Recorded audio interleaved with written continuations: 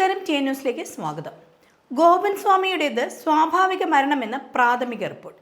ഇപ്പോൾ പുറത്തുവന്ന പോസ്റ്റ്മോർട്ടം റിപ്പോർട്ടിന്റെ അടിസ്ഥാനത്തിലാണ് ഈ പ്രാഥമിക നിഗമനം. എന്നാൽ ഇക്കാര്യം സ്ഥിരീകരിക്കാൻ ആയിട്ടില്ല. ആന്തരിക അവയവങ്ങളുടെ പരിശോധനാ റിപ്പോർട്ട് അടക്കം പുറത്തു വരാനുണ്ട്. ഇത് വന്ന ശേഷം മാത്രമേ പൂർണ്ണമായി ഉറപ്പിക്കാൻ കഴിയുകയുള്ളൂ. ഇന്ന് രാവിലെയാണ് പോലീസ് സംഘം സ്ഥലത്തെത്തി സമാധി തുറക്കുന്നത്. ഇതുമായി ബന്ധപ്പെട്ട് കഴിഞ്ഞ ദിവസം തന്നെ സ്ഥലത്ത് വൻ പോലീസ് സന്നാഹത്തെ വിന്യസിച്ചിരുന്നു. ഡിവൈഎസ്പി അടക്കമുള്ള സംഘമായിരുന്നു സ്ഥലത്തുണ്ടായിരുന്നത്. സമാധിക്ക് ചുറ്റും ടാർപോളിൻ കൊണ്ട് മൂടുകയും പ്രവേശനം നിരോധിക്കുകയും ചെയ്തിരുന്നു. തുടർന്നാണ് ഗോപൻ സ്വാമിയുടെ മൃതദേഹം പുറത്തെടുക്കുന്നത്. പത്മാസനത്തിൽ ഇരിക്കുന്ന നിലയിലായിരുന്നു മൃതദേഹം കാണപ്പെടുന്നത്. കർപ്പൂരവും കളഭവും അടക്കമുള്ള പൂജാദ്രവ്യങ്ങൾ കൊണ്ട് നെഞ്ചുവരെ നിറച്ചിരുന്നു.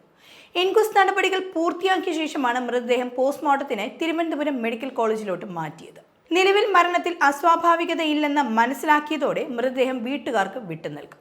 സമാധി നടത്തിയ സ്ഥലത്ത് തന്നെ സംസ്കരിക്കാൻ തടസ്സമില്ലെന്നാണ് ഡിവൈഎസ്പി അറിയിച്ചിരിക്കുന്നത്. വീട്ടുകാരുടെ ആഗ്രഹം അതാണെങ്കിൽ അങ്ങനെ തന്നെ ചെയ്യാമെന്നും അദ്ദേഹം വ്യക്തമാക്കി. മരിച്ചതായുള്ള വാർത്തകൾ പോസ്റ്ററിലൂടെയാണ് നാട്ടുകാർ അറിയുന്നത്. തുടർന്ന് മാൻ മിസ്സിംഗ് കേസ് രജിസ്റ്റർ ചെയ്യുകയും ചെയ്തു. പോലീസിന്റെ ചോദ്യം ചെയ്യലിലാണ് വീട്ടുകാർ അദ്ദേഹം സമാധിയായി എന്ന് വ്യക്തമാക്കുന്നത്. എന്നാൽ ഈ ചടങ്ങിൽ മറ്റാരെയും ഇവർ പങ്കെടുപ്പിച്ചിരുന്നില്ല. തുടർന്നാണ് സമാധി തുറക്കാൻ ആഡിയോ ഉത്തരവിടുന്നത്. എന്നാൽ ആഡിയോയും കളക്ടറും അടക്കമുള്ള സംഘം സ്ഥലത്തെത്തിയെങ്കിലും പ്രതിഷേധത്തെ തുടർന്ന് അത് ഒഴിവാക്കുകയായിരുന്നു. അതിനുശേഷം വീട്ടുകാർ കോടതിയിൽ സമാധി പൊളിക്കരുതെന്ന് പറഞ്ഞ് ഹർജി നൽകി. പക്ഷേ മരണ സർട്ടിഫിക്കറ്റ് ഇല്ലാത്തതുകൊണ്ട് അസ്വാഭാവിക മരണമായി മാത്രമേ ഇതിനെ കാണാനാവൂ എന്നാണ് കോടതി അറിയിച്ചത്. തുടർന്നാണ് സമാധി പൊളിക്കുവാൻ കോടതി ഉത്തരവിടുന്നത്.